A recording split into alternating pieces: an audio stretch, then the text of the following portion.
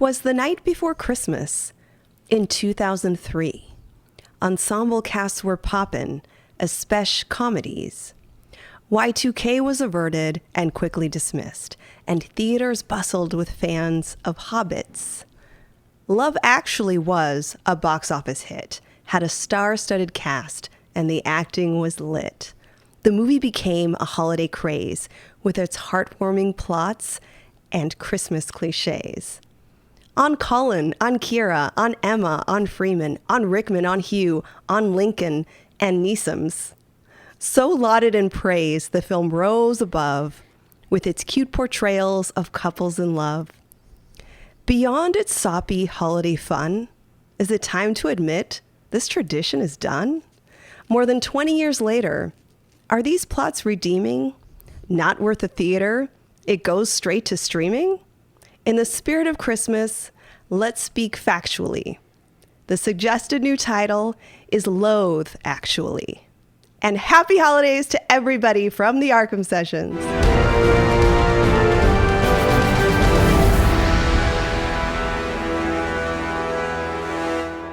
Welcome, everybody, to the Arkham Sessions. My name is Brian Ward. Joining me, as always, the psychologist to the superheroes, superheroines, and supervillains of Gotham City.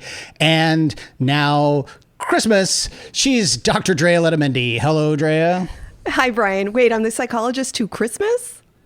Yeah, you're the psychologist to Christmas. That's a lot. That's very burdensome. I didn't say every holiday, just Christmas. So there are holidays that you are not the psychologist of. Thanks. Drea, what a wonderful poem, as always. You're so welcome. It is our tradition to do a little holiday poem around this time of year, so it's always fun. We are watching Love Actually, so I figured it's a little bit of a break from our usual. What we're covering right now on the Arkham Sessions is the Gargoyles, which we're enjoying. But this is a little bit of a festive break, and I'm excited to delve into Love Actually from a psychological perspective. And we're going to need it, because I can't think of another movie besides maybe Die Hard that is more controversial and decisive or divisive as whether it is a good holiday movie, or in this case, whether it's a good movie, period. It seems like there is no middle ground to Love Actually. You either love it or you hate it. Drea, this is not a first-time reaction for you. You have seen this film before, but because you have a tendency to not remember a whole lot about movies you've seen in the past, what do you remember the no, film? I mean, it must be, this film came out over 20 years ago, and I definitely saw it around the early 2000s. I might have seen it again within the last 15 years, and frankly, I haven't seen it recently. I know this is one of a handful of movies that around the holidays, people almost have a tradition, like a routine to watch this movie every year. That's not me. There are other movies that I really enjoy around this time of year, but this ain't it. So there's a huge part of this I just don't know about. I don't remember. But I do realize in the last few years that there's been some contentious energy around this film, and some people absolutely despise this movie. Some people find this movie to be heartwarming and very special to them.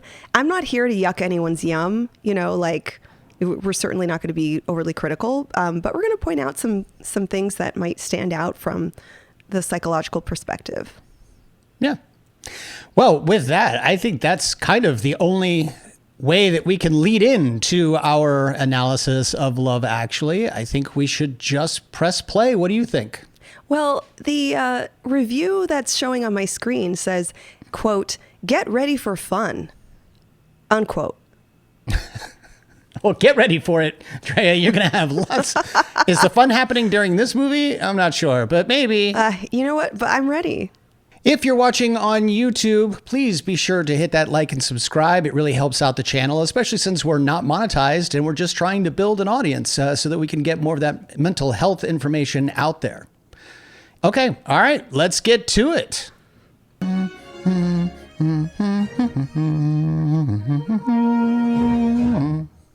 don't know how anyone can listen to that and not hum along. I didn't. And I don't know how. Were you a fan of this movie when it first came out? I'm a fan of this movie now. Oh. I've been a fan of this movie since it came out to this day. And I am one of those people who usually watch it at least once a year around this time. Whenever I get gloomy with the state of the world, I think about the arrivals gate at Heathrow Airport. General opinion's starting to make out that we live in a world of hatred and greed. But I don't see that. Seems to me that love is everywhere. Fathers and sons, mothers and daughters, husbands and wives, boyfriends, girlfriends, old friends. If you look for it, I've got a sneaky feeling you'll find that love actually is all around. What a beautiful way to start the movie. All of these people are real folks in an airport where they simply set up cameras and captured all of these moments. They are not paid extras. I feel it in my fingers. I feel it in my toes. Love is all around. Wank bugger shitting ass head and hole. This is the way that you get a song like this stuck into your head, is by having them repeat it over and over again. Only the first little bit over and over in the beginning of a movie. So if you really love Christmas, come on, let it snow. Come on and let it. This is isn't it? This movie is so stacked with cast. It's insane. This is back when they'd put 15 people, 15 like stars in a single movie. And didn't this kick off all the holiday movies, Valentine's Day, New Year's Day, that trend? Well, I know Richard Curtis did at least, didn't he do another? He didn't do Valentine's Day, did he? Or one of those? New Year's? Or were those both done by Gary Marshall?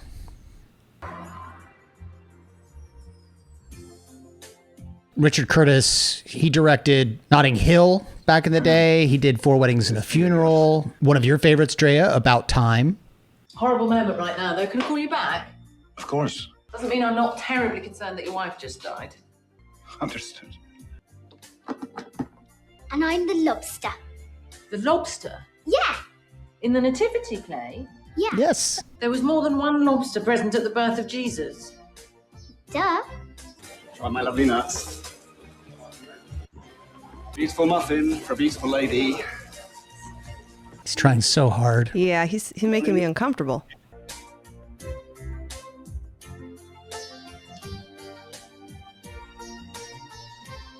How'd you like this job, Drea?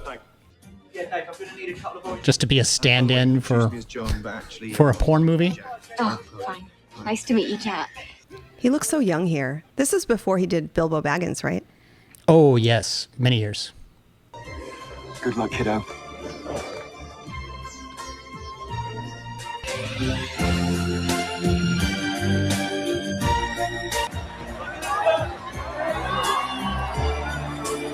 The one and only Hugh Grant. I just interviewed him for a documentary about Cloud Atlas. You should absolutely go and pick it up. It's on the 4K UHD. I'm just saying this because he is a lovely, lovely man. Would you like to meet your household staff? Yes, I would like that very much indeed. This is Terence. He's in charge. I had an uncle called Terence once. I think he was a pervert, but I very much like the look of you. This is Pat. Hello, Pat. Good morning, sir. And this is Natalie. Hello, David. I mean, sir. I can't believe I've just said that. I'm so sorry, sir. It's fine, it's fine. Thank you, sir. I did have an awful premonition I was going to up on my first day. Oh, piss it. And then let's fix the country, shall we? Okay. That's my kind of employee. The kind that. Oh gosh, she's making it weird. Don't make it weird. Well, she's not making it weird. No, She's just. He's making it weird. Oh. Oh, no. I made it weird. Peter and Juliet have given their consent and made their marriage vows to each other. I therefore proclaim that they are husband and wife. And you resisted the temptation for surprises? Yeah, I'm mature now. Drea once got me a t-shirt that has Andrew Lincoln in his Walking Dead costume holding a sign that says in blood, "To me, you are perfect." It's what I always think of when I think of this movie now. Wait, what? There's nothing you can do that can't be done. Neither the bride or groom planned this? No, that's what you do when you're the best man. You arrange things like this that could potentially ruin your bride's wedding day and experience. I mean, it's lovely, but you have to run this by the bride. I see nothing wrong with it, except for, where you hide all the instruments in the middle. That means, none of these people were actually guests. They were just all band members that had been hired to sit in the pews. Yeah, you would notice that there are strangers sitting in the pews. Oh, I just popped over to borrow some old CDs. The lady of the house let you in, did she? Yeah. Hurry up, big boy! I'm naked and I want you at least twice before Jamie gets home. All right. So, all the characters' stories intertwine, which I really like. No, thanks. They're all interconnected. Food? No thanks. Looks like a dead baby's finger. Tastes like it. I have a friend who had exactly that amount of charm when it came to talking to girls. What do you do, Nancy? I'm a cook. Ever do weddings? Yes, I do. Oh, no! I would have asked you to do this one. I did. Oh! God, I wish you hadn't turned it down. I didn't. I've just worked out why I can never find true love. English girl. Yeah, that's the problem. It's not me. It's them. So I should just go to America. I would get a girlfriend there instantly. It is true. What do you think? The accent alone. American girls would seriously dig me with my cute British accent. You don't have a cute British accent. Yes, I do. I'm going to America. I am Colin, god of sex. I'm just on the wrong continent, that's all. He's not wrong. Judy, could you take the top off this time? Lighting and camera need to know when we're actually going to see the nipples. Fine. I promise I won't. Stop your yapping. I might have to ask my friend about this. I'm fairly positive that even if there is nudity in a scene, you would not have the stand-in get naked for it. And Jerry says if you could just put your hands on her breast. All right, okay, yeah. All right. Yes, yeah, fine. I'm going to warm them up.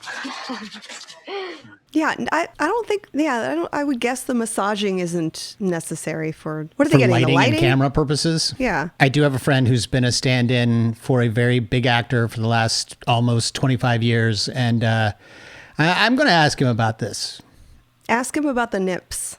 Because I do know that there are even scenes where he's not even in the same costume as the person he's standing in for. So I don't know why you would have to remove all of your clothes for those purposes.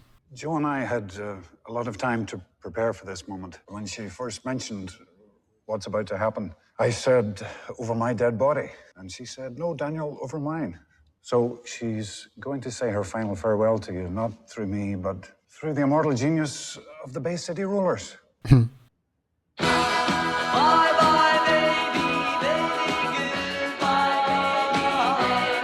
It's just sad because Liam Neeson's actually had to have a moment like this in his life since this movie. His wife passing away? Mm-hmm.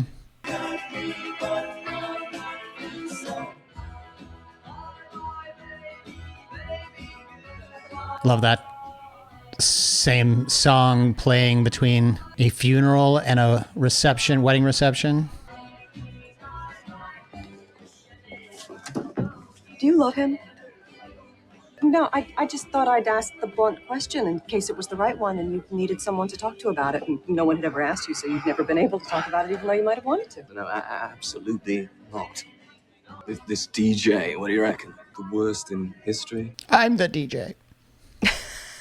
Now here's one for the lovers. I love that they hired a DJ for a wedding reception who decided to wear a Motorhead t-shirt. He's done it. It's official. Worst DJ in the world. Laura Linney's father, Romulus, he's a playwright and wrote a couple of plays for my alma mater, Appalachian State University. And right after college, one of my first professional gigs was originating one of the characters in a play that celebrated our university's centennial. And how long have you been in love with Carl, our enigmatic chief designer? Why? Why would a boss ask this? Are these two friends? Do you think everybody knows? Yes. Do you think Carl knows? Yes. I think maybe because it's a distraction at the office. Do something about it. Like what? Invite him out for a drink, and then after about 20 minutes, casually drop into the conversation the fact that you'd like to marry him and have lots of sex and babies. You know that? Yes.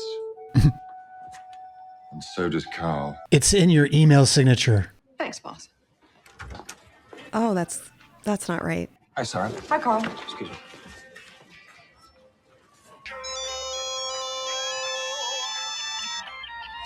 Babe. Neil, would you turn that down? What is that? New Christmas single cover of Love Is All Around. Except we've changed the word love to Christmas. Christmas is a time for people with someone they love in their lives. And that's not you? When I was young and successful, I was greedy and foolish, and now I'm left with no one, wrinkled and alone. But wouldn't it be great if number one this Christmas wasn't some smug teenager, but an old ex-heroin addict searching for a comeback at any price? So if you believe in Father Christmas, buy my festering turd of a record. I just feel like this is Bill Nighy. There's a very strong feeling in the party. We mustn't allow ourselves to be bullied from pillar to post like the last government. Yeah. I understand that, but I have decided we will, of course, try to be clever. But let's not forget that America is the most powerful country in the world. I'm not going to act like a petulant child. Right, who do you have to screw around here to get a cup of tea and a chocolate biscuit?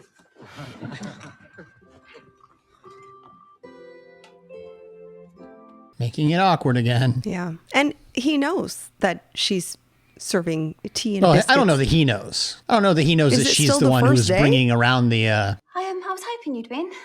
Not that wouldn't have been nice to the other bloke too, just always giving him the boring biscuits with no chocolate. Thanks very much. Thanks, Natalie.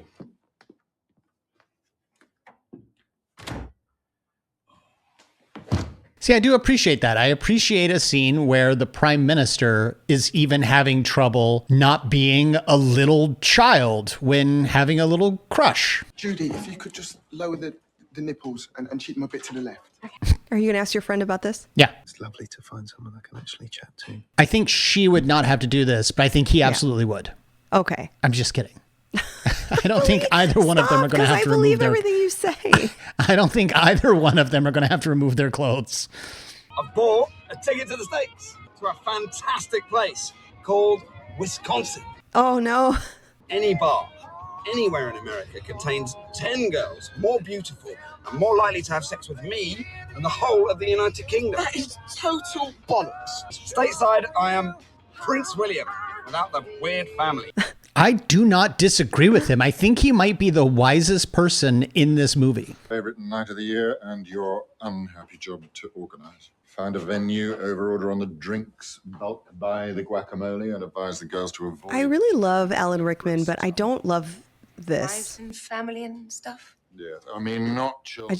This is not a character I care about. Oh, Christ, you haven't got some horrible 6-foot tight t-shirt wearing boyfriend you'll be bringing, have you? No, I'd just be hanging around the mistletoe, hoping to be kissed. Okay. I mean, when you've got bangs like that, you can get away with some of these shenanigans. It's the bangs that's doing it? Oh my gosh, if you can get away with the bangs. Oh, I see. So it's not having the bangs, it's whether you can actually pull them off. That's what defines the kind of person that can get away with this. He might be injecting heroin into his eyeballs for all I know. The age of 11. What do we have, a drone in the house? We went up 2 levels. Yeah. There's something called a techno crane I should introduce you to. Stepfather thing seems suddenly to somehow matter like it never did before. That could have even just been a jib. Just be patient. And maybe check the room for needles. I just don't know. Get a grip. No one's ever going to shag you if you cry all the time. That is not true. I am living proof. Just mom, or is it something else? Maybe school? Are you being bullied? He's like, are you being bullied? Are they making fun of you? Are they making fun of your hair? Are they making fun of this jacket? I'm in love. Sorry? I know I should be thinking about Mum all the time, and I am. But the truth is, I'm in love. Aren't you a bit young to be in love? No. This kid's like 40. He acts like a 40-year-old. I thought it would be something worse. Worse than the total agony of being in love.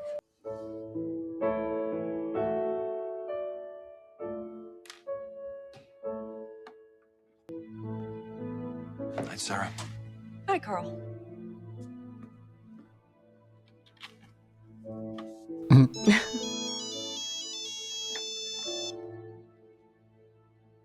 Yeah.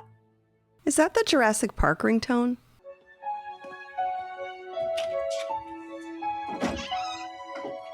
I'm trying to remember a ringtone specific to Jurassic Park. I think it's the Nokia ringtone. I had a phone that I'm pretty sure was a Nokia that had that ringtone. And the only game you could play on it was Worm. I'm starting to feel uncomfortable about us working in such close proximity every day, and me knowing so little about you. It seems elitist and wrong. Thought it was just going to end the sentence there. Like, Well, you've got to go. where do you live, for instance? Wandsworth. The dodgy end. So which exactly is the dodgy end? Harris Street, near the Queen's Head. What number? You live with your husband, boyfriend? What floor are you on? No, I've just split up with my boyfriend, actually, so I'm back with my mum and dad for a while. Ah, He said I was getting fat. I beg your pardon? He said no one's going to fancy a girl with thighs the size of big tree trunks.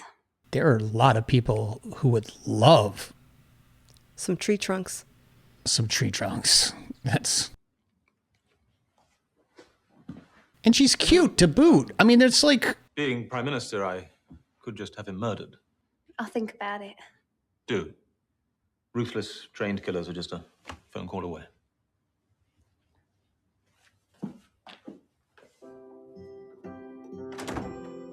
Oh, God. At least there's some, like, reflection here. There's some self-awareness that this is not good.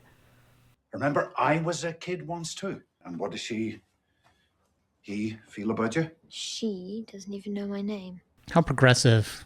She's the coolest girl in school. Well, basically you're aren't you? I forgot, by watching this movie, I lose every game of skip this song. Billy, I understand you've got a prize for our competition winners. It's a personalized felt tip pen. Oh, great. It even writes on glass. You can just write on it.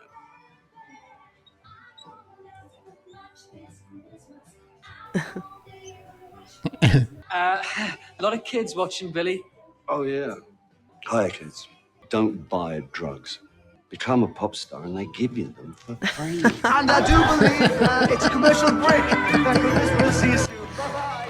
I don't know. He might be my favorite. Because he knows exactly where he is in life. He's just, yeah, he's not getting into the soppy, sentimental Christmas vibe. Actually, they're not funny. They're art. You can have one and the other. They're not mutually exclusive. Can I patch you through? She wants to ask you a favor. Okay, fine. Be nice. I'm always... Mark? So, what can I do for you? It's only a tiny favor. I've just tried the wedding video and it's a complete disaster. I remember you filming a lot in the day and I just wondered if I could look at your stuff. All I want is just one shot of me in a wedding dress that isn't bright turquoise. Okay, I'll have a look, but to be honest, I'm pretty sure I wiped it, so don't get any hopes up. Must go. Okay. Any progress with our matchmaking plans? No. Okay, they're not I just mean, boss. at least he is a fun boss. Yeah, but I don't think they're just boss, because don't they have other relationships? Like, this is more than boss and employee. Like, they might be in the same families, right? No? No, not her. Oh. I mean, she's an American. Found a venue. A friend of mine works there. It's an art gallery. Full of dark corners full. doing dark deeds. Good. Well, I suppose I should take a look at it or something. You should. But I do think that what Richard Curtis has tried to do is write rounded people who aren't just like, he's not the archetypal boss. He is a personable person who tries to relate to his employees while also having a little too much relations with his employees. Which seems to kind of be the theme in many of these relationships. This one too. Oh, I find you a perfect lady to clean the house. This is Aurelia. Bonjour, Aurelia. Bonjour. Je suis très heureux de vous avoir ici. Unfortunately, she cannot speak French, just like you. She's Portuguese. Anyway, it's nice to meet you. Perhaps you can drive her home at the end of her work. Oh, absolutely. That's a con grande pleasure. Which is what? Turkish?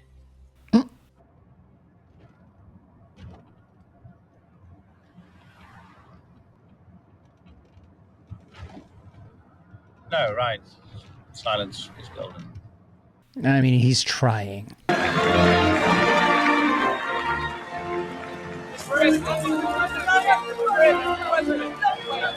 sorry your wife couldn't make it, by the way. Oh, so is she, although she would have been kind of lonely, I'm sure. Not sure that politics and dating really go together. Really? I never found that. Of course not. Ah, Natalie. Hi. Morning, man. How's your day so far? Excellent. Creepy. Goodness, it's a pretty little son of a bitch right there. Did you see those pipes? Those tree trunks. Cannot and will not consult on that either. That is unexpected. The last administration made it perfectly clear. We're just being consistent with their policies. They were bad policies. Right, thanks, Alex. I don't think we're making progress here. Let's move on, shall we? Sorry if our line was firm, but there's no point in tiptoeing around today and then just disappointing you for 4 years. Now, there is one final thing I think we should look at. It's very close to my heart. Just give me a second. I'll give you anything you ask for, as long as it's not something I don't want to give. So weird. Like, he's such a villain in this movie, and yet I would still take him over what I currently have. Like, his decorum, his conduct is not shocking because of what we've seen IRL. But this is, well, I mean, clearly this is not okay. This is completely inappropriate. Natalie, I hope to see much more of you as our two great countries work toward a better future. Yikes. But this is where the bumbling prime minister shines. Mr. President, has it been a good visit? Very satisfactory indeed. We got what we came for, and our special relationship is still very special. I love that word, relationship. Covers all manner of sins, doesn't it? I fear that this has become a bad relationship. A relationship based on the president taking exactly what he wants and casually ignoring all those things that really matter to Britain. We may be a small country, but we're a great one too. A country of Shakespeare, Churchill, the Beatles, Sean Connery, Harry Potter, David Beckham's right foot, David Beckham's left foot, come to that. And a friend who bullies us is no longer a friend.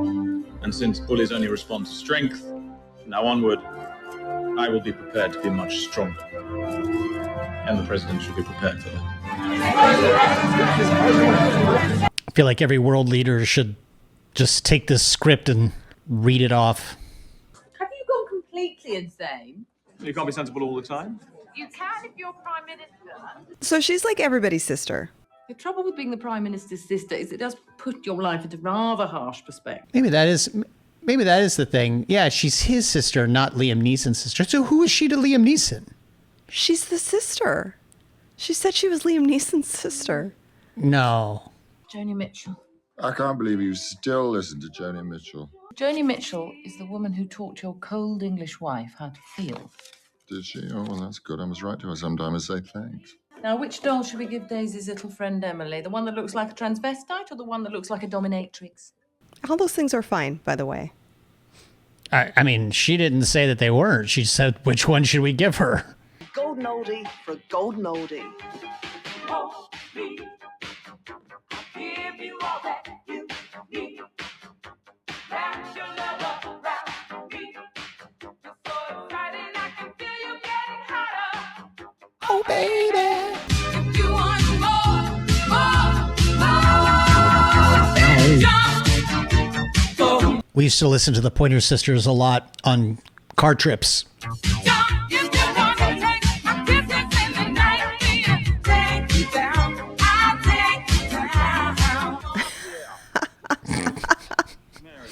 Can we move the Japanese ambassador to 4 o'clock tomorrow? Certainly, sir. Would you like the last... Obrigada, mas não. Se visse a minha irmã ia perceber porquê. Oh. Se fosse assim, não comia tudo. É que está cada vez mais rechonchudo. I'm very lucky I've got one of those constitutions where I never put on weight. Pretty sure that's exactly me. That's me being very wrong about these things. Sometimes the years just catch up to you.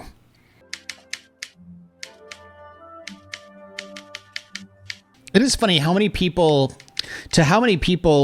Colin Firth is just the sexiest man alive simply by having been Mr. Darcy. But in so many of his other roles, he is this guy. Not worth it.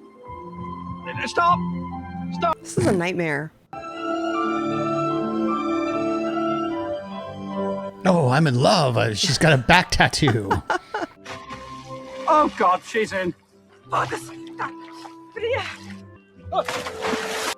It's freezing. I mean, the music is so whimsical, but I would be freaking out. You would have never jumped in this water. God, no. I really must do copies. But see, they've now shared this trauma, and it brings them closer and warmer together. I know. I'll name one of the characters after you. Talvez possa dar o meu nome a uma das personagens. Ou 50% dos lucros. Or I could give you 5% of the profits. Tipo de livro é? Tipo...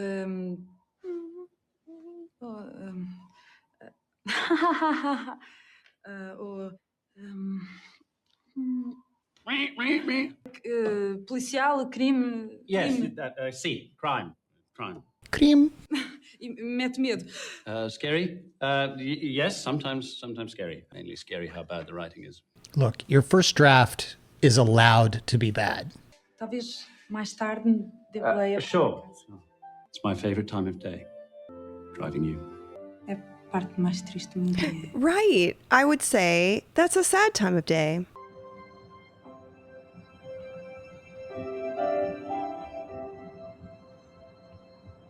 But to have this quality time together, sitting there, just enjoying one another's company, unable to muck it up with saying things neither of you will understand or...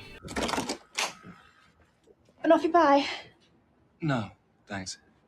Why do you just show up? You know, before the internet and phones that allowed you to just do whatever you wanted, you could just show up. One of our neighbors literally just knocked on our door today and talked to me. That never happens. We're not here. Can I say something? Yeah? I know you're Peter's best friend. I know you've never particularly warmed to me. I'm nice. It would be great if we could be friends. Absolutely. Absolutely.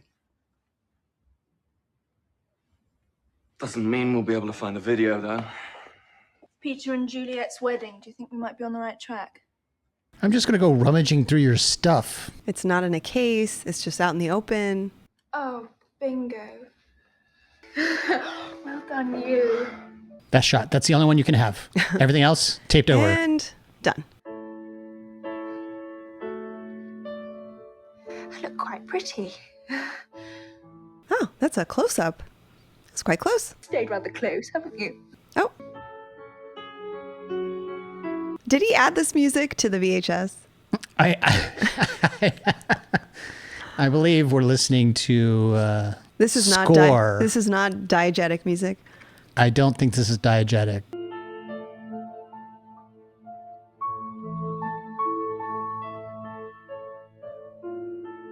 This is where it gets super creepy. Like, okay, why? Why do we have this footage? What does he do with this footage? Just watches it and pines? They're all of me. Why didn't you tell me sooner? I never would have married that loser. You never talk to me. You don't like me. I hope it's useful. Don't show it around too much. Needs a bit of editing. Look, I gotta get to a lunch. You can just show yourself out, can't you? He just leaves her in his flat? I actually feel bad for him. Oh, this song. Gotta put a little Dido in there. Oh my God, this song.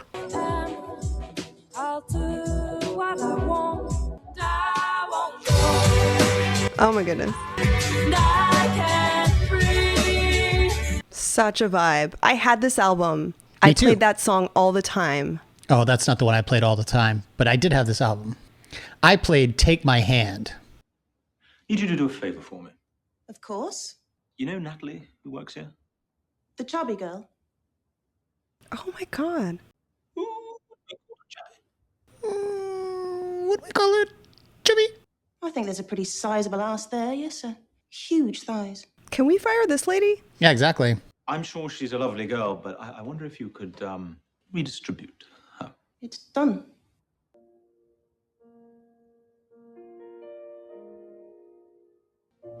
Hey, Zamo. Can't sleep? I got some terrible news today. Joanna's going back to America. That's the end of my life as I know it. Well, we need Kate. And we need Leo. And we need them now.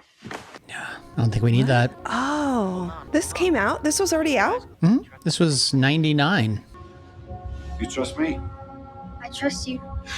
Love Actually, it was 2003. Yep. I'm sure she's unique and extraordinary, but general wisdom is that in the end, there isn't just one person for each of us. There is for me. She's the one. Fair enough. At least they were watching the widescreen version. None of that pan and scan crap.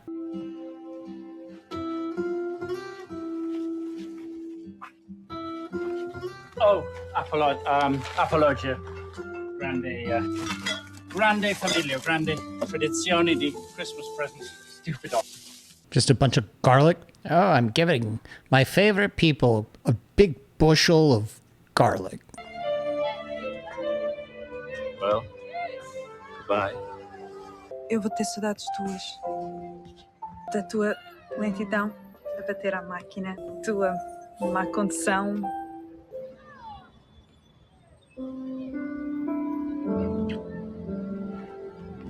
Get some. Look at her making the first move. Or the last move. Could be both.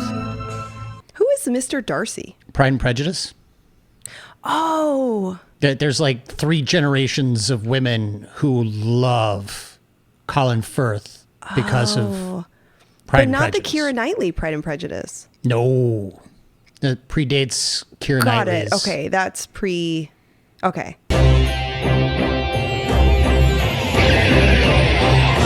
know I love Christmas. I always will. You got to be sort of a Gen X person to get this music video reference. I mean, the movie was made in 2003. That's true. I imagine most of the people watching it were Gen X or boomers. Girls love musicians, don't they? Uh-huh. Even the really weird ones get girlfriends. That's right. Ringo Starr married a Bond girl. Whatever.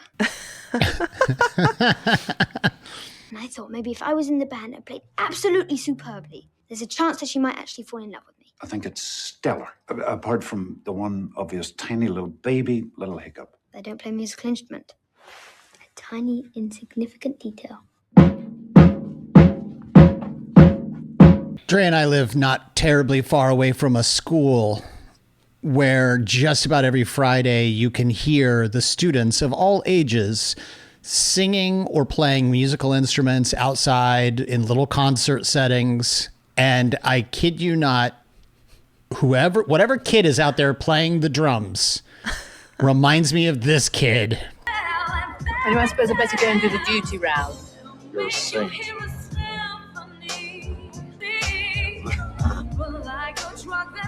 Any chance of a dance with the boss? Also, why is she wearing horns? I don't know. Like Santa Devil? A Santa Devil? Is that a thing? I mean, is she a Krampus? Yeah. I think she's a Christmas Krampus. You're looking very pretty tonight. It's for you. It's all for you, sir. Dude, she's right there. Yeah. This must be a very exciting moment for you, fighting for the Christmas #1. How's it looking so far? Very bad indeed. He just keeps unraveling, and I kind of love him. Hoping for a late surge. If I reach #1, I promise to sing the song stark naked on TV on Christmas Eve. I suppose it's his job to dance with everyone, isn't it? Some more than others. Just one dance before we run out of chances. For me? Unless you just... No. Even his wife knows. Yeah.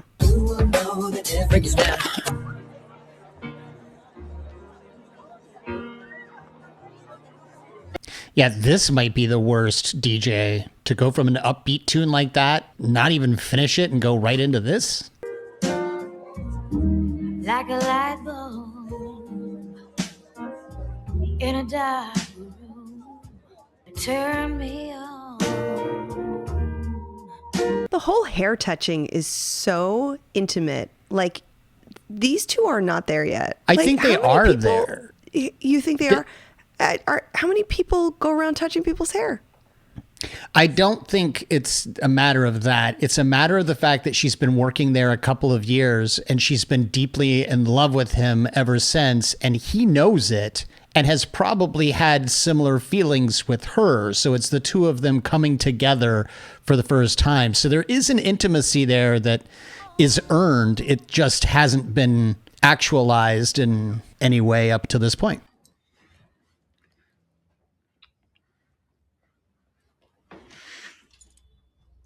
Of all the stories, this might be the one that I like the most. Or that I find the most fascinating.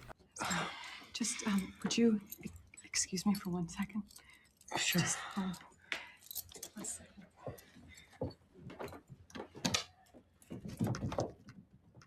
I love that. Okay, that's done. I had my freak out.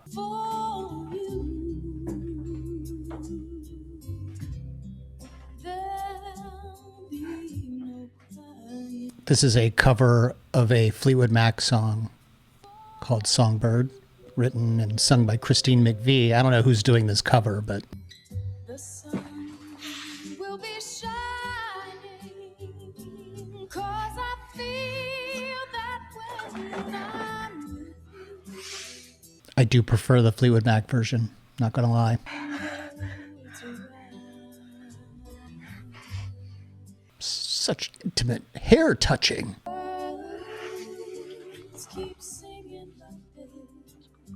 You're beautiful.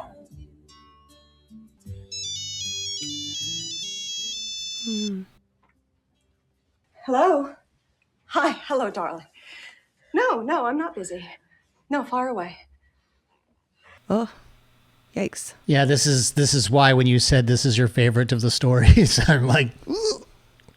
Yes, I'm sure he's very good at exorcism. Well, I'm sure John Bon Jovi is as well, and I'll definitely look into it.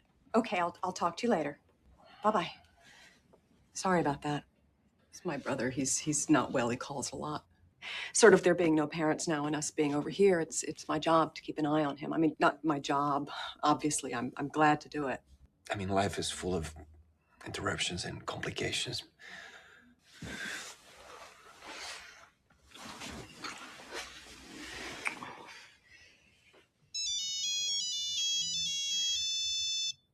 answer. Which is fine. Hey. As I understand it. As I remember, he's not by himself. The brother's not by himself. No, I'm not busy. Of course, if you want me to come over, I will. I know it makes me a horrible person, but I don't think I would have the patience for this, and it might be a deal breaker. Like if you were him? Yeah. Mia's very pretty. Is she? You know she is, darling. Be careful there.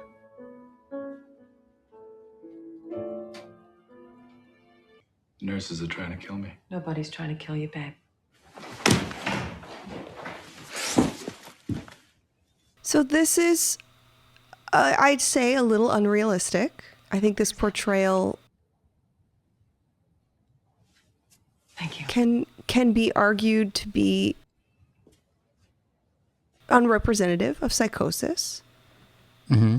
I mean, they haven't told us his diagnosis, but he's talking about connections with celebrities and paranoia and things that could be delusions. I don't want to make too many assumptions, but that attack on her is a little bit out of place. Just wanted to comment on that. Right, back at 3. Christmas shopping, never an easy or a pleasant task. Are you going to get me something? I don't know, I hadn't thought. See you later. Yes. Looking forward to it. I mean, not for nothing, she's making him feel uncomfortable. Yeah. Like, obviously, there's a power difference. This is inappropriate. You're going to give me something. When it comes to me, you can have everything. What do you need? I don't want something I need. I want something I want. Something pretty. Something pretty. Right. Well, listen, you keep yourself occupied for 10 minutes while I go and do the boring stuff for you. Remember Christmas shopping in public? Yes. And my desire to do it long before the final week before Christmas. Looking for anything in particular, sir? That necklace there, how much is it? It's £270. All right, I'll have it. Would you like it gift wrapped? Yes, all right.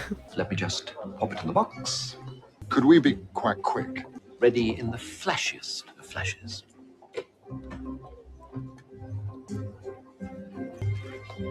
Look, actually, I don't need a bag. I'll just put it in my pocket. No, this isn't a bag, sir. This is so much more than a bag.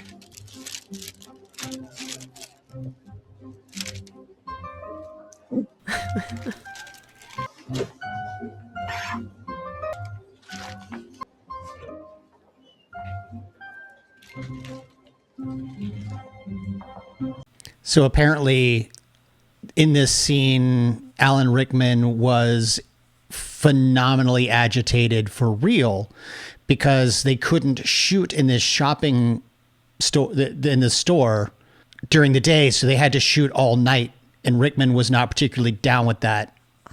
And so his annoyed reaction here is genuine. Almost finished. Almost finished? What else can there be? You're going to dip it in yogurt? Cover it with chocolate buttons? Oh, no, sir. We're going to pop it in the Christmas box. But I don't want a Christmas box. All we need now... Oh, God. Is a sprig of holly. No bloody holly. Oh, loitering around the jewellery section, I see. No, I was just looking Don't around. worry. You know. Emma Thompson and Rowan Atkinson were recently on a show, and Timothy Chalamet was there and said that this movie, it was his all-time favorite Christmas movie. Wow. Excellent. Perfect. Keep that going. Sorry to be a bit forward and all that, but you don't fancy going for a Christmas drink? That would be lovely. Oh, great. Yay. Yeah, that is really great. Normally I'm really shy about this sort of thing. It takes me ages to get the courage up, so thank you. Explain to me again why you're so late. Oh, for heaven's sake, woman. Can't I have any secrets? We've been waiting for hours. It's the first ever preview.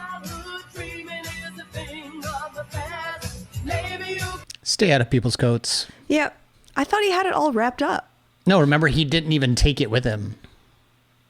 Right? I thought he just sort of turned away and left. So he went back and got it. Yeah. O meu Deus, estou com dores de estômago. Acho que é da estómago. Anthony Keys has many roundabouts.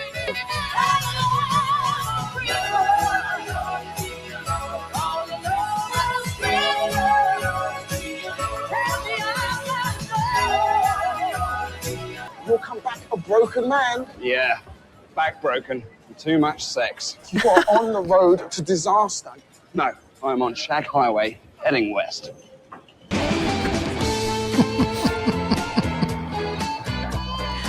Milwaukee. Take me to a bar. What kind of bar? Just any bar. Just your average American bar. Can I help you? Yes, I'd like a Budweiser, please. Nope. Oh my God. Are you from England? Yes. Oh, that is so cute. Jeannie? Yeah. This is... Colin. He's from England. Yep, Basildon. Basildon. Wait until Caroline gets here. She's crazy about English guys. Uh-huh. Oh, it's her. Hey, girls. Yeah, Alicia Cuthbert. Hey, gorgeous. Her haircut is so like early 2000s. Yeah. Doesn't make you a bad person. No, it's cute. Where are you staying? I don't actually know. This may be a bit pushy because we just met you, but why don't you come back and sleep at our place? You know, it's not too much of an inconvenience. But there's one problem. We just have a little bed. You would have to share with all three of us. And on this cold, cold night, it's gonna be crowded and sweaty and stuff. Yeah. And we can't even afford pajamas. No. Which means we would be naked. No, I think it'd be fine. The thing that's gonna make it more crowded? Harriet. You haven't met Harriet. Harriet. Don't worry, you're totally gonna like her because she is the sexy one. Praise the Lord. And he's a Christian. Cheers. If I could, then I would. I'll go wherever you will go, wherever. Milwaukee. It's a magic land, apparently. No, I want to choose mine. I think I want this one. I have, of course, bought the traditional scarf as well, but this is my other slightly special, personal one. Thank you. That's a real first. That's a first?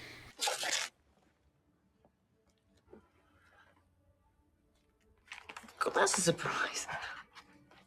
It's a CD. Joni Mitchell, wow. Oh boy.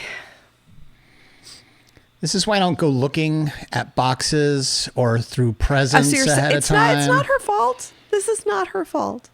No, but I won't be disappointed. That's true. Oh, no, he's definitely, just so we're clear, he's the one in the wrong here. But she also probably would have enjoyed this present a lot more if she had not known what was in the other box. Ferris wheels, the dizzy dancing way that you feel. But now it's just another show. Don't give yourself away. From both sides now, from give and take.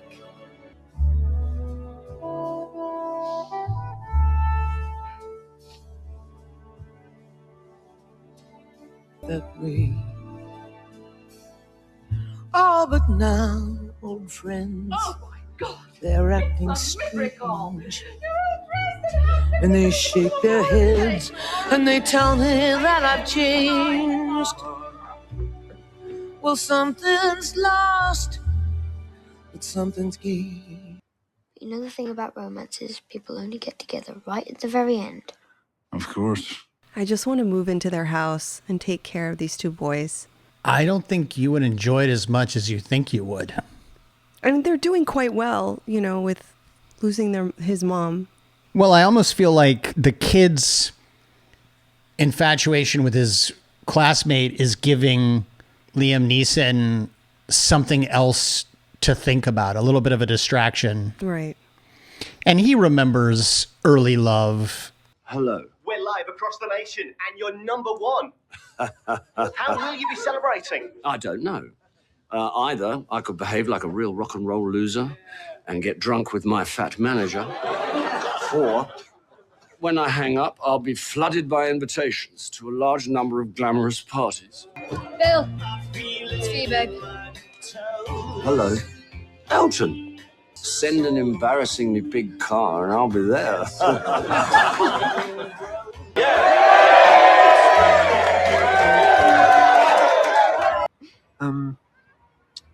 Well, good night. Night.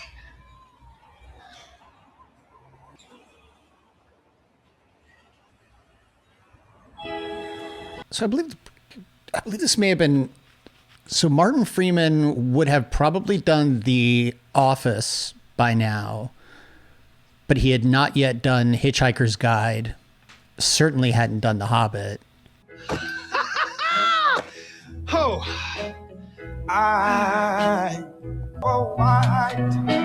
Oh, look, everyone, it's Uncle Jamie. Yes, well, splendid. It's lovely to see you all. And I'm off, actually. Man's got to do what a man's got to do. Listen. I hate Uncle Jamie.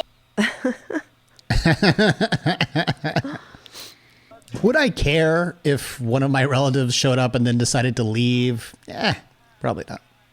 Night, Sarah. Night, Carl.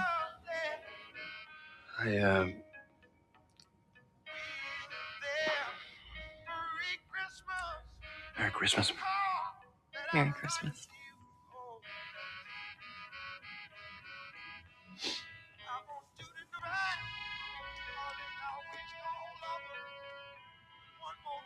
Hi, babe. How's it going? Yeah. Time for dinner. Look at the sign on the door. Christmas Day.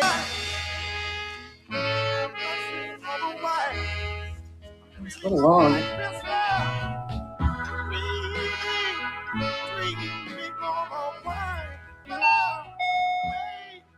Oh, no. The most parodied scene in history, probably. Hi. Who is it? It's Carol Singers. Who's Carol Singers? Okay, if there were carol singers, I'd probably go to the door as well, right?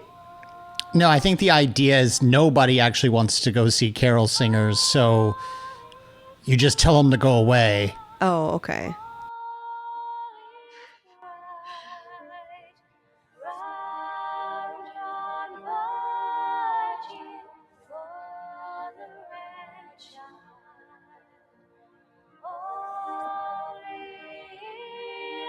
No, you need to speed this up, my dude.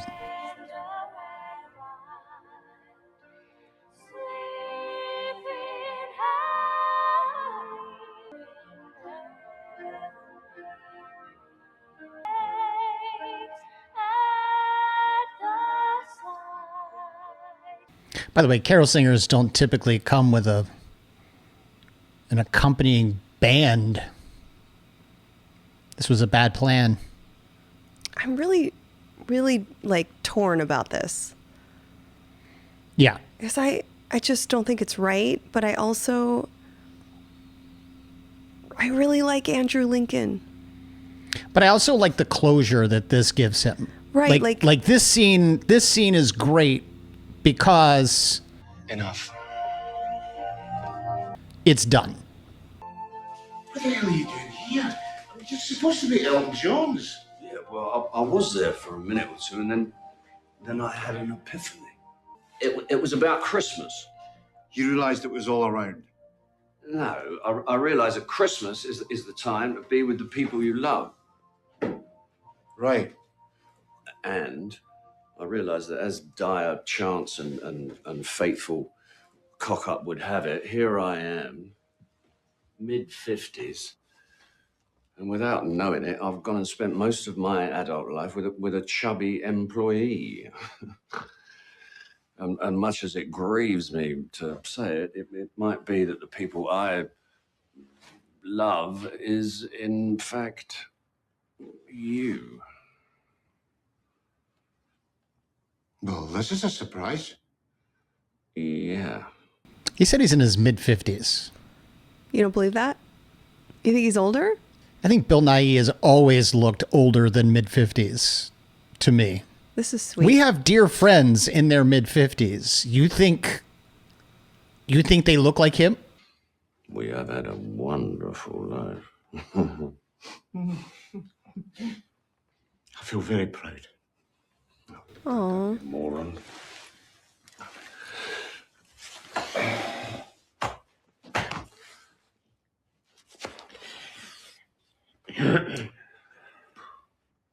Come on, let's get pissed and watch porn.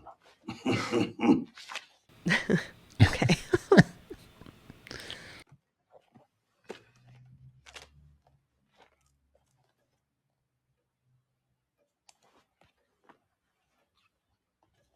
Gosh, these Christmas cards are gigantic.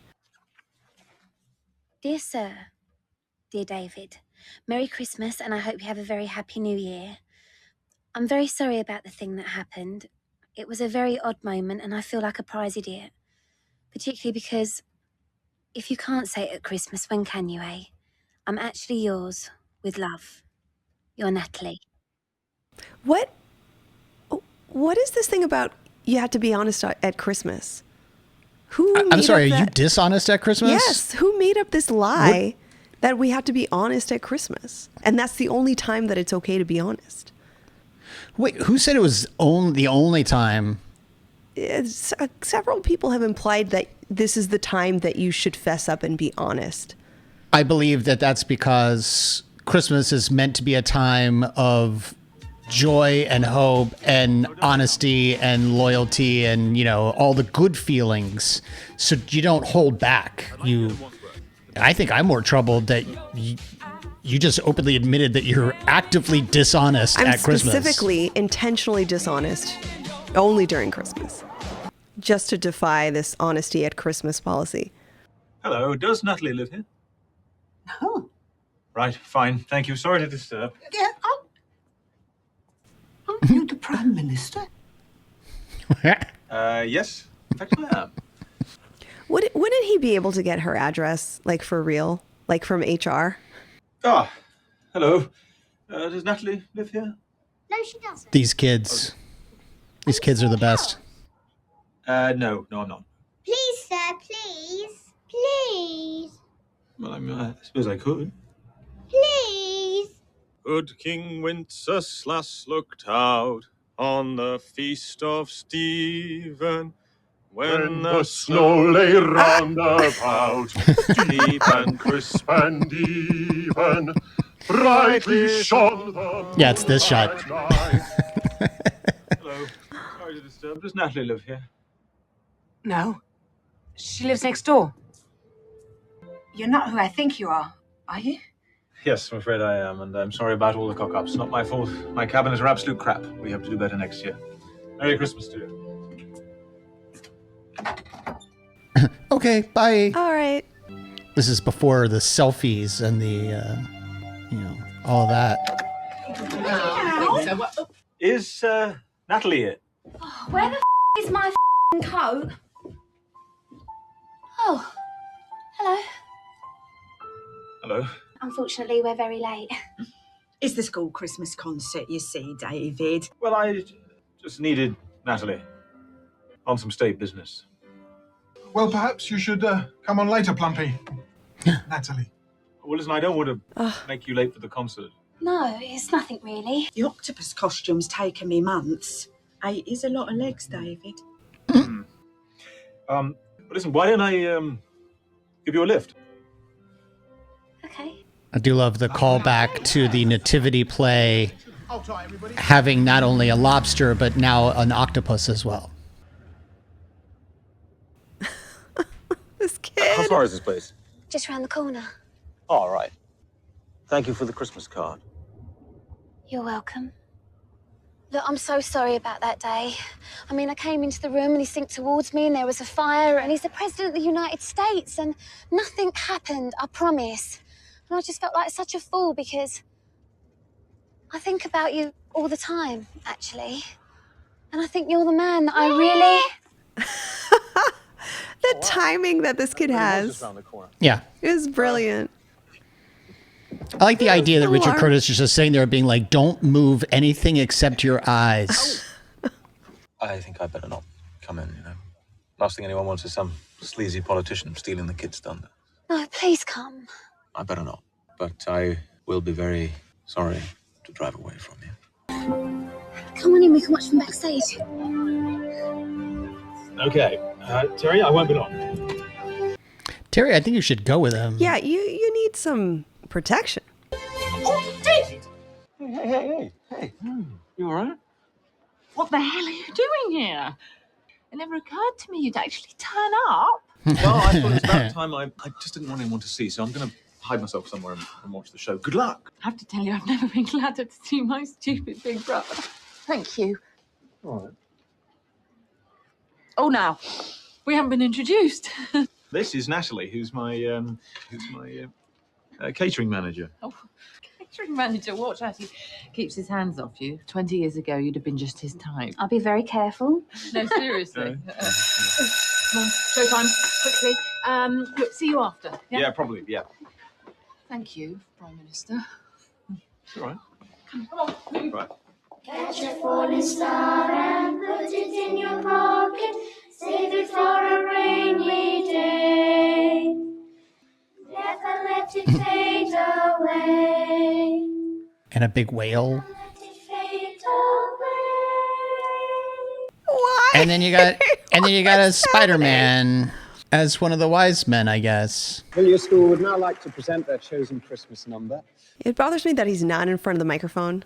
You know, those mics have pretty good pickup on them. I don't want a lot for Christmas. There's just one thing I need. All I want for Christmas is you.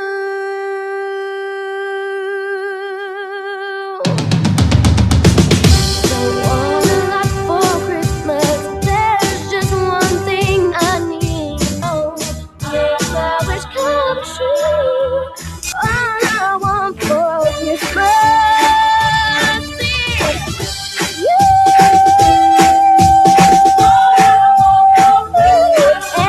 And you. And you. The kid's like, what the hell? Why are you pointing at everybody in this room? He looks like he's going to murder her. Yeah. Well, she just stabbed him in the heart. And you, and you, and you, and you, Oh, no. and you, and you. Ah.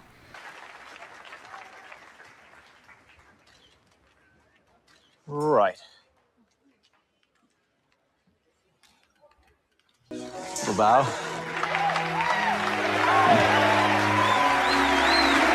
And away.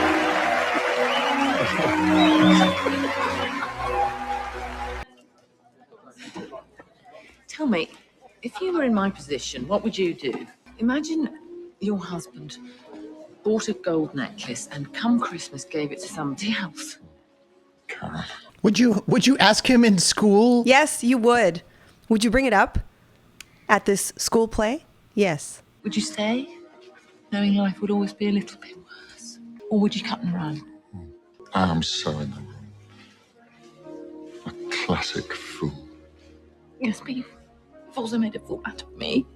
You've made the life I lead foolish too. Darling! Come on, I've got treats at home. Dad's coming. Sam, me! It's like, I sure hope Sam was on the other side of that door for you to just barge in and yell his name like that. You love her. No way. Anyway, they fly tonight. You've got nothing to lose, and you'll always regret it if you don't. I never told your mom enough. You should have told her every day because she was perfect every day. Now I need you to resolve my unresolved trauma. Go get her. Okay, Dad. Let's do it. In a post 9/11 era where it's going to be so easy. Oh, I'm sorry. Sorry. That's okay. My fault. No, it really wasn't. You're Sam's dad, aren't you? Yeah, stepdad, actually. He's a stepdad?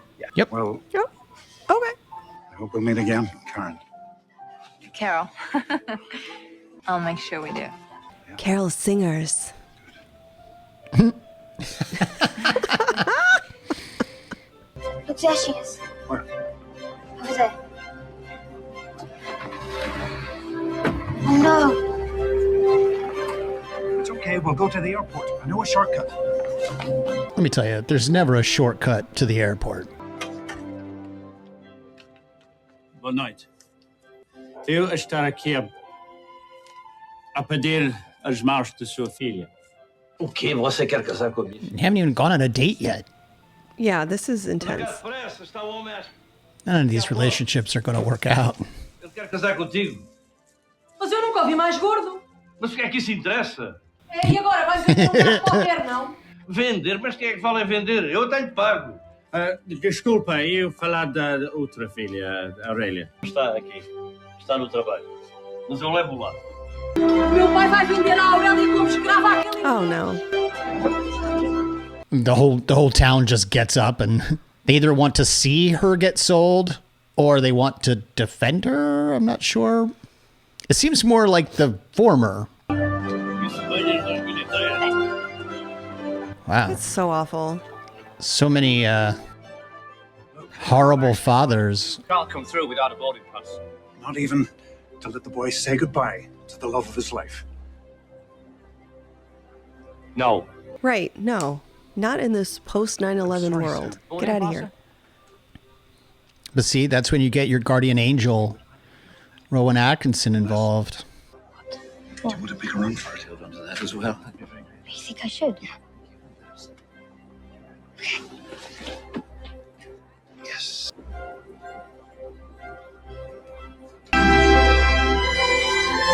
Go, kid, go. This was just after 9/11, so these people aren't on top of their game yet. They've not yet figured out how to truly manage an airport.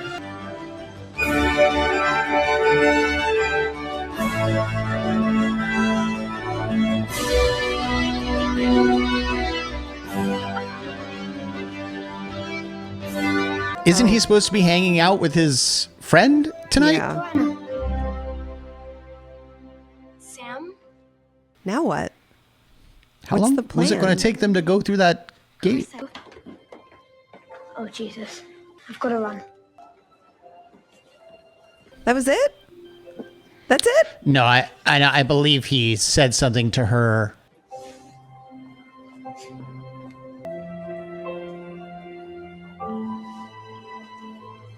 Look, the plane's not going to wait. I know.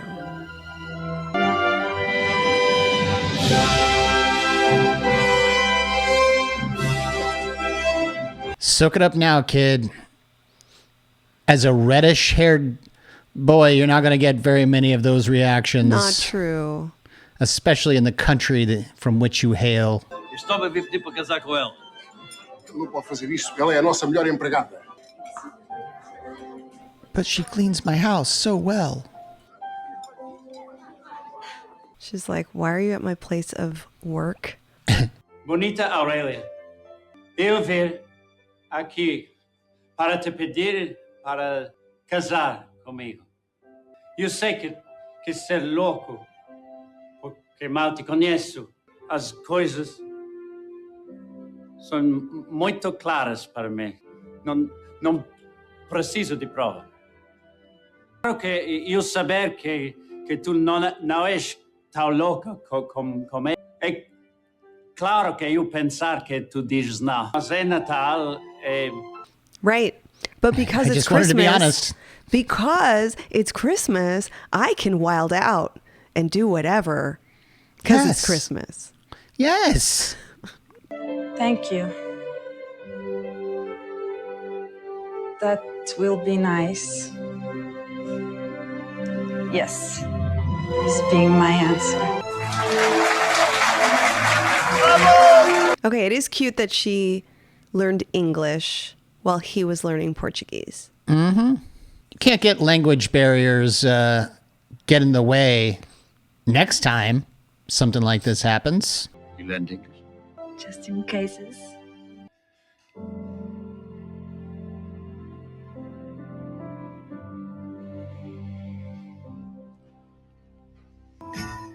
I may not always love you, but long as there are. This is Aurelia, this is Juliet, this is Peter. Hi. Oh, Mark, hi. Good to see you. Jamie's friends are so good looking. He never tells me this. Maybe now I have made the wrong choice. She can't speak English properly, she just doesn't know what to say. So what good would living Oh, God. We've moved away entirely. As a matter of fact, I did. We only see you at the airports now. How are you? I'm fine. Is she? No. No. There's you. Hi. Hello. Hey! What are you two doing here? Might get a shag at last. Naughty. Wait, it's been a month and they're engaged? I mean, Colin Firth just proposed. That's true. And he had only known that girl for 5 weeks. Nice to meet you. Hello. I hope you don't mind. I sort of brought my sister to stay. This is Carla. She's real friendly. No. Denise Richards? I'm just going to kiss you on the mouth. Just going right in for it. All right. Gosh, this airport is so full of just mouth kissing and hair touching and public displays.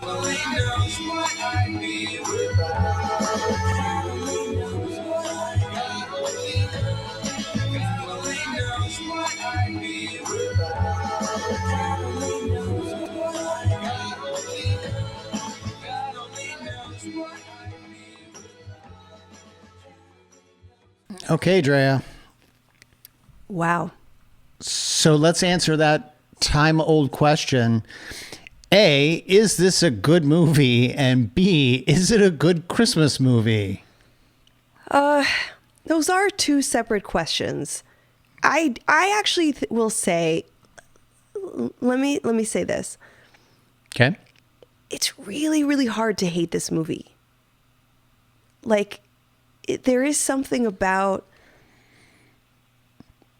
the sentimental nature of this movie, as overly soppy as it can be and as cliche as it can be, it still has this like Christmas spirit that is undeniable. Sort of makes it a warm-hearted vibe. It's just hard to hate on. I think it's hard to hate on this movie. I know people disagree with me. But it could be because the music is so well suited.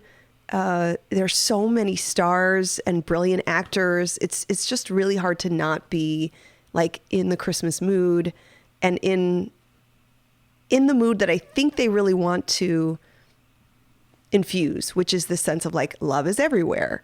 It's imperfect. Like, look, and this is something when I watch this now, I have a lot of respect for, because I always thought that this movie was about relationships that were like one-dimensional, like just, I don't know what the right word is, just kind of superficial, that it was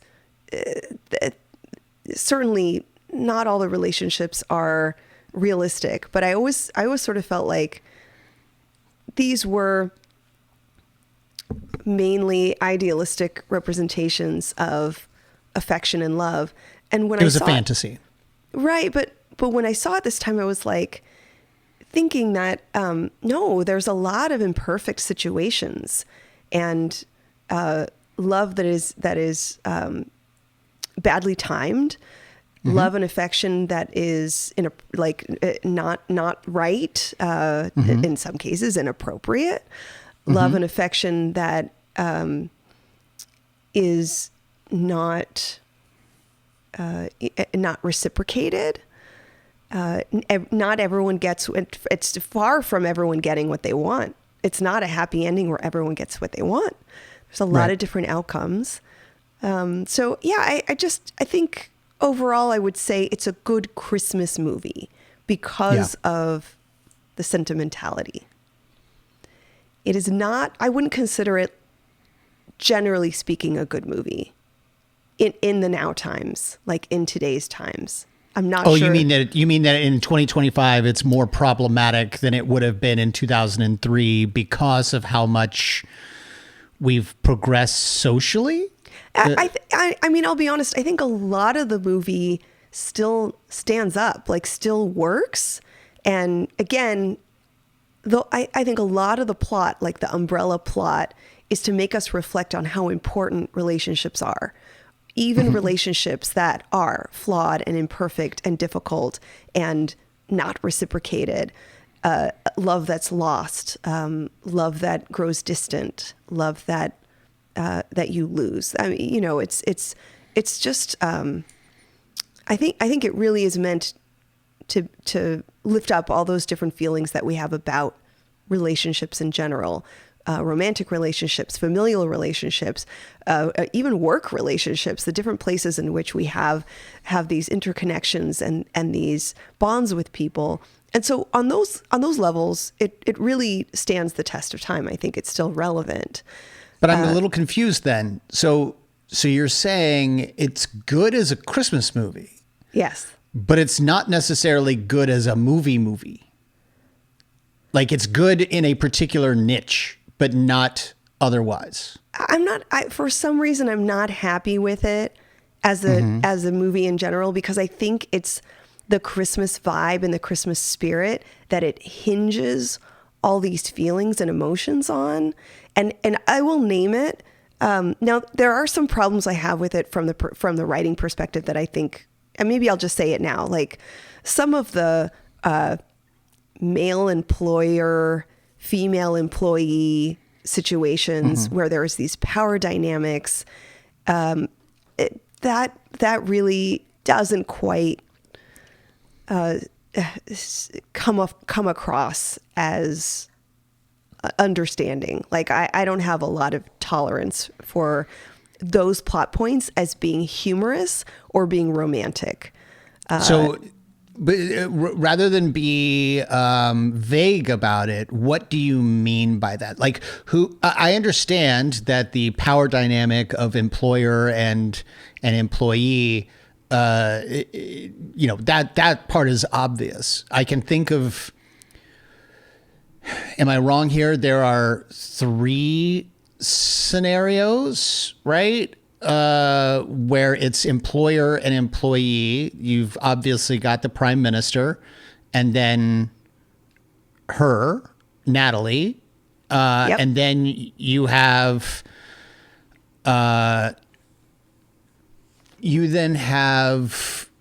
him. I'm just trying, Colin Firth, whatever his character's name is, and her and Aurelia. You have Rickman and his employee, his assistant, Mia, I think is her name. And obviously that's the one that's the most problematic. Right. But and I'm not defending it. I'm just trying to make clarification, and I'm trying to understand, like what it is.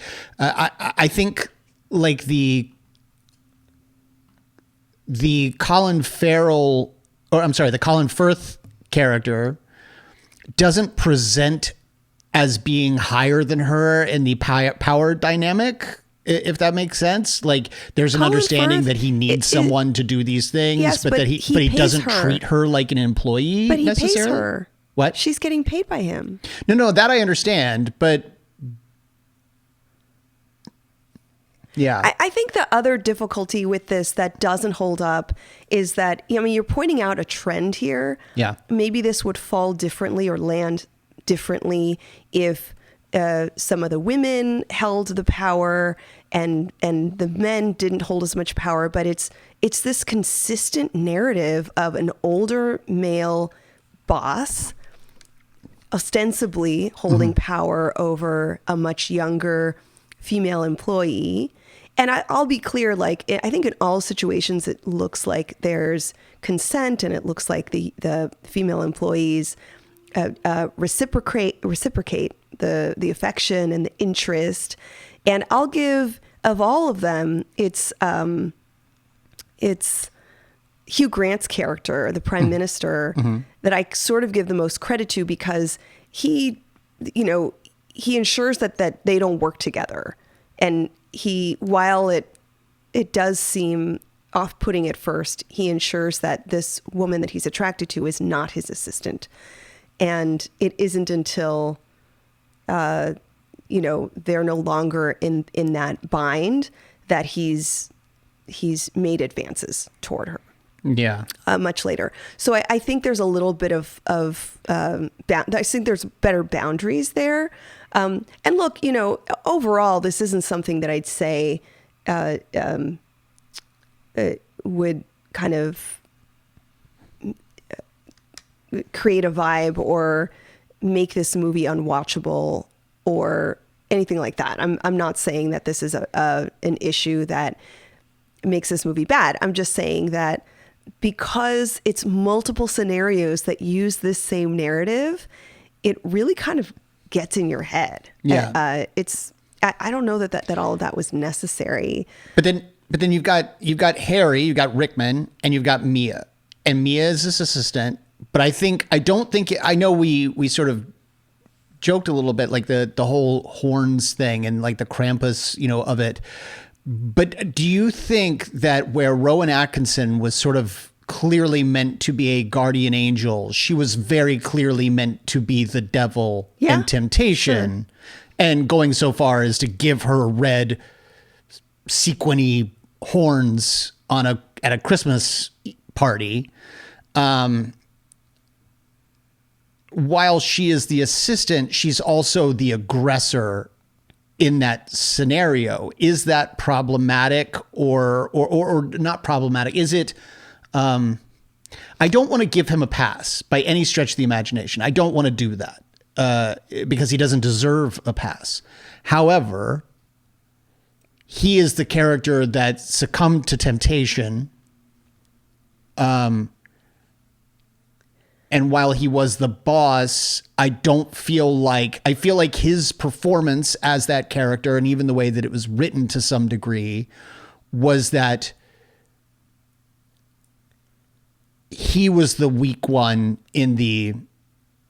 and I do realize that the power dynamic means that he is above her and pays her. I disagree about him being the weak one. Yeah. I hear what you're saying. I think that I'm not saying it well, because I'm trying to not come off as insensitive to the scenario, because I totally get the scenario and I understand why it's wrong and I understand why that is bad.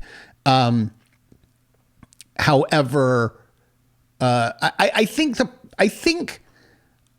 problem that I have looking at this through the lens of 2025 is that, to me, being an employer in these scenarios didn't necessarily, I think for me, when people bring up power dynamic, it's usually them taking advantage or holding something over them in some way. And I don't think that would have happened with either David, Hugh Grant, and Natalie, or Colin Firth's character with Aurelia. I cannot think of his name to save my life, but I don't think that would have happened with them, Jamie. I think that, and I don't think it would have happened with Harry either, but that one was a significally more stepping across the line. Sure. He's married. He has a family. He's married. She is his assistant, all of that. Right. I have trouble with the power dynamic problem when you come to two consenting single adults. One happens to have been elected prime minister, but is not married and has no connection to a significant other. And then the other one just wanted to go away to write and ended up falling for this girl that was a bit of an enigma to him. But yeah. I just think there could have been other choices. Instead of his maid, why not make her like a writing, another writer, or someone who doesn't have that, you know, that particular hierarchical power difference with him? Why is the relationship hinging on this power difference? A delivery person, someone, like I said, someone who's maybe in another capacity where he would see her every day. Mm-hmm. And I think like I'm just going to say it comes across as sort of a trope or a laziness, or the extra romanticizing of it, like is a really interesting lens, because all of these situations could go sour really quickly when at least one of the people involved isn't consenting or feels a sense that there's a boundary crossed. Mm-hmm. There's something that I noticed about this movie, and it's somewhat related to this, is that there's a lot of messiness. Like there's this, you know, this movie wants to be this Christmas globe of perfection, and us looking into this Christmas globe with this sense of like, oh my gosh, this is, you know, capturing all of these important and, you know, lovely emotions, and everything sort of has that sense of, not everything, but most things have this sense of like working out.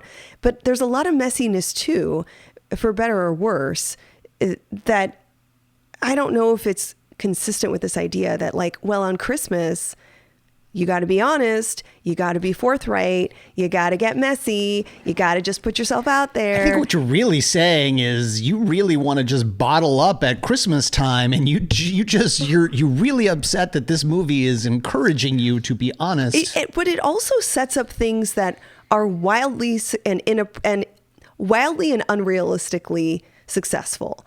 The going to the U.S., going from London to the U.S. That was very successful. To meet girls, and it was hyperbolically successful. Yes. Going to the airport, rushing to the airport to tell the girl that you like her, also successful.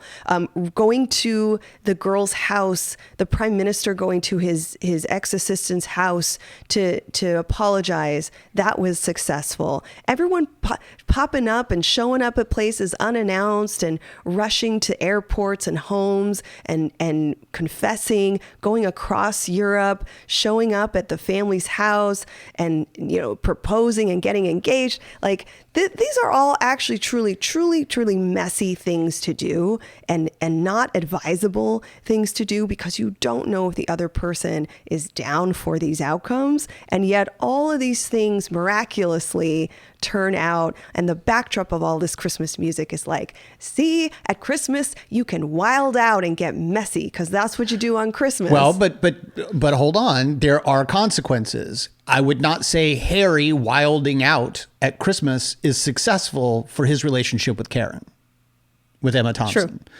Like at the end, it is very clear that relationship is not a good one. They're not on even ground there. They may still be together, but nothing is ever going to be the same. Right? So I wouldn't say that him wilding out was particularly successful, but I also think that it would be, I think it's probably the desire of the filmmaker, of Richard Curtis, the writer and director, to not have an even distribution of success and not, you know, and failure. I think that he very much wants it to be predominantly successful. He wants to believe that love can be anywhere and everywhere and with anyone and everyone, whether they are the opposite sex or the same sex. You know, the fact that he's got this great bromance between Bill Nighy's character and his manager, that's fantastic in my opinion. In fact, you even said that the Nighy character might be your favorite. Yeah. I'll tell you one place where the wilding out does not succeed entirely was it Carl and Laura Linney? Yeah. Which is one of, I'd say those two storylines are probably my favorite, given that they did seem, especially the Laura Linney storyline, it had some truth to it. It really, I think, it shed some light on relationships and situations, especially during the holidays, that are sad, that are about grief and loss, that are about some hard truths. Yeah. This is a woman who was interested in forming her own close and intimate relationships, but because her brother has ostensibly schizophrenia, we didn't really get his full diagnostic profile, but there were some hints there that he has these beliefs not grounded in reality, that these were some delusional things that he would call her and tell her about. And they had this pattern where he would call her and he would essentially disclose his fears and concerns and the ideas that his illness was producing, and they had this way together of being able to confide in that and for her to give him support and reassurance. Even though he's in a treatment center, this relationship is just really important. And I think at one point she said it's just the two of them, right? That their parents had passed away. Yeah. And so it's her job to take care of him. Right. And then she clarifies that it's not a job. She's happy to do it. But what's interesting is she's not responsible for taking care of him. He is in a treatment center that appears to be a good treatment center. Yeah. So she has some sort of personal obligation, I think she feels, to be the one to take care of him, even though she is technically free to go and have a relationship with someone. It's not like he lives at her flat with her. She is not responsible for making sure he's fed or clothed or given his medication or goes to sleep at a regular time every night. She's not responsible for those things. To her, it seems like what she is chiefly responsible for is making sure she is constantly there for him. Yeah, and I agree with you that burdensomeness is predominantly self-imposed, but I do sense that they love each other.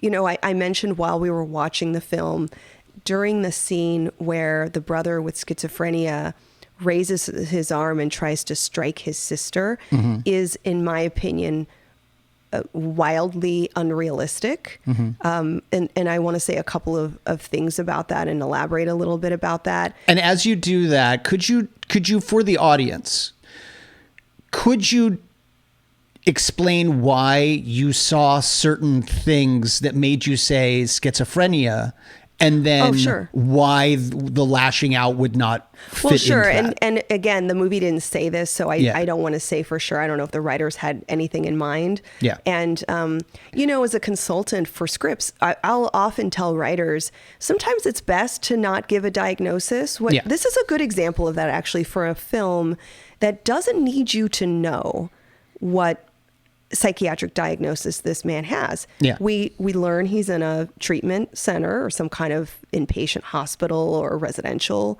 facility. We know that based on his calls, most of the calls, I think if not all the calls, we don't hear what he's saying on his side, but we hear what's said on her side. Yeah. And based on her responses and what she's saying on her side, we are getting the sense that he has paranoid ideas or thoughts, that he needs reassurance from her, that, she's naming celebrities and high profile people and individuals that are not likely in his life. And so I'm starting to pick up. Are you suggesting that John Bon Jovi is not in his life as an exorcist? Yeah, right. Possibly, possibly not. But I have heard he's excellent as an exorcist, though. I could be wrong. I don't want to make assumptions, but I do tell writers, sometimes you can tell your story through, this is such a fantastic example of that. If you want a story and someone has serious mental illness, SMI, schizophrenia, psychotic disorder, some situation in which you really want that to come through, you do not have to name the diagnosis. You can really provide a rich and dynamic context by show us, don't tell us, show us. Yeah. What's going on with this guy? He's frequently calling. He has ideas that might be delusions. He has ideas not grounded in reality. And so where they got it wrong is when she's in the treatment center with him and he is sitting with her and clearly there's different levels of unwell and he seems to be stable at the moment. And yet, we know that he carries these delusions and these ideas not grounded in reality. He goes to strike at her and she catches his arm in a way that tells us this happens all the time. Yeah. She's used to this. She's so reflexive and she knows exactly how to de-escalate. To the degree that she's caught his arm before the attendee who's behind the glass even comes out. Yeah. And she doesn't escalate. She doesn't make a big situation out of it. Mm-hmm. And so some parts of this, I would say 90% of this, as a psychologist, I really appreciate that you've included a character who is in a relationship, who has this brother who's unwell and psychiatrically in treatment. Where I got irritated is that when we finally meet him, we've gotten all these phone calls from him, we've never seen him. When we finally meet him, he is violent toward his sister. And what we know to be true, especially about psychosis, is that, let me just say, generally speaking, some types of psychosis can increase the risk of violence. But often violence is exaggerated in this population in particular, that people get really scared about how someone with schizophrenia is going to act violently. And it's actually an exaggerated belief. Mm-hmm. The majority of people with psychosis are not, it's a numbers thing. The vast majority of people with psychosis are not violent. And also, if there's any symptom of violence, it's usually happening maybe during within context of other co-occurring situations or co-occurring presentations. Yeah. One is substance use. So if someone's taking substances, that may increase their level of violence in a way that the person may not act as their normal everyday self. The other type of violence is a fearful violence, that if you're paranoid and you think people are out to get you and you're real scared, in situations where someone may further that fear, you may act violently. You may react with a violent response. So that's not offensive violence. That's reactive violence, which we've talked about before on the show. And the other thing is lacking treatment. If someone's not in treatment for their psychotic disorder, they may have some irregular and dysfunctional behavior that may include violent outbursts of violence. And a lot of times it's to preserve themselves, protect themselves, make these thoughts and ideas that are not theirs go away. Mm-hmm. And in this scene, so I know that's a lot of information, but in this scene, I do not believe any of these things were happening. I did not find him to be in a state of feeling fearful with her there, or feeling that he was being attacked, or that he was in a particular untreated episode where this was, bound to happen. Yeah. I want to be clear that I'm not saying that individuals with psychotic disorders are never violent. Yeah. I'm saying it's so rare that to portray our first meeting of him with his assault on his sister, I find that to be a poor representation of mental illness when in 2003, we were not getting a lot of representation around different brains, different brain functioning, different representations of mental health. And so I'm disappointed. I've always been upset at this scene. And I think it could be that you're looking at it from the perspective of a psychologist, obviously. For sure. And that's what we're asking you to do. Two things. One, in that scene, I definitely saw it less as a violent. It was clearly violent. He tried to hit her, but it seemed almost like a half-assed lashing out. He was throughout that scene. You can kind of see him getting a little bit more and more aggravated. Just in my memory of it, like it just, to me, it seems like she's talking to him, trying to calm him down a little bit, as she does in every scene that she's talking to him. And he didn't yell and scream. He didn't throw anything. He didn't flip a table. He simply, in one moment, lashed out. And if you notice, it was with such a lack of real strength that she was able to catch it. He's a bigger man than her. And here's where I'll align with you. Yeah. I wonder if it was a gesture. Yeah. I wonder if it was an expression of his frustration, his helplessness, his sadness. I'll definitely go there with you and say, I also wonder if the parents were, died earlier than, like it's not like she was left to take care of him within the last 2 years. I get the sense that this has been an ongoing, she has basically raised him for a long time. So it very well may be that she has that she was not equipped to prevent him from lashing out in these moments of distress. And the reason I say this, because I said I had two things. So there was a kid that I went to school with, his little sister, and it's funny that you say that you didn't have very much representation in 2003. His little sister, the very first time I went to their house, she did this. Not this way, but she was having an episode. And it was not particularly violent. She also wasn't screaming. She wasn't throwing things. She wasn't... but there was a moment where she was clearly upset about something that was in her own little world.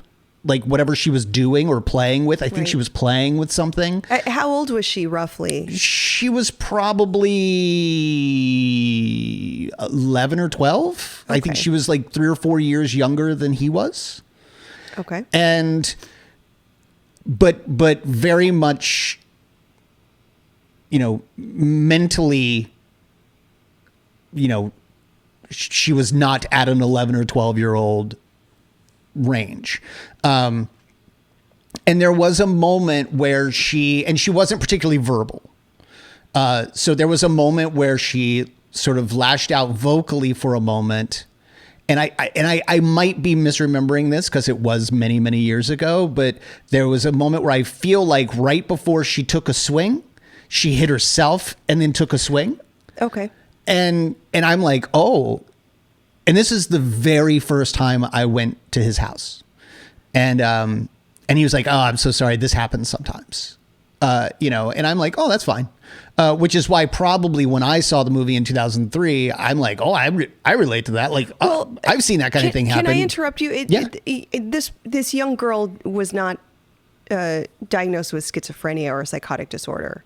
Correct? I do not know. I have no idea. Like they're very young. I was young. I would not have asked. Yeah, that's very young. I'd say, given what you described, there might be some multiple conditions that she may have had. You mentioned her being nonverbal.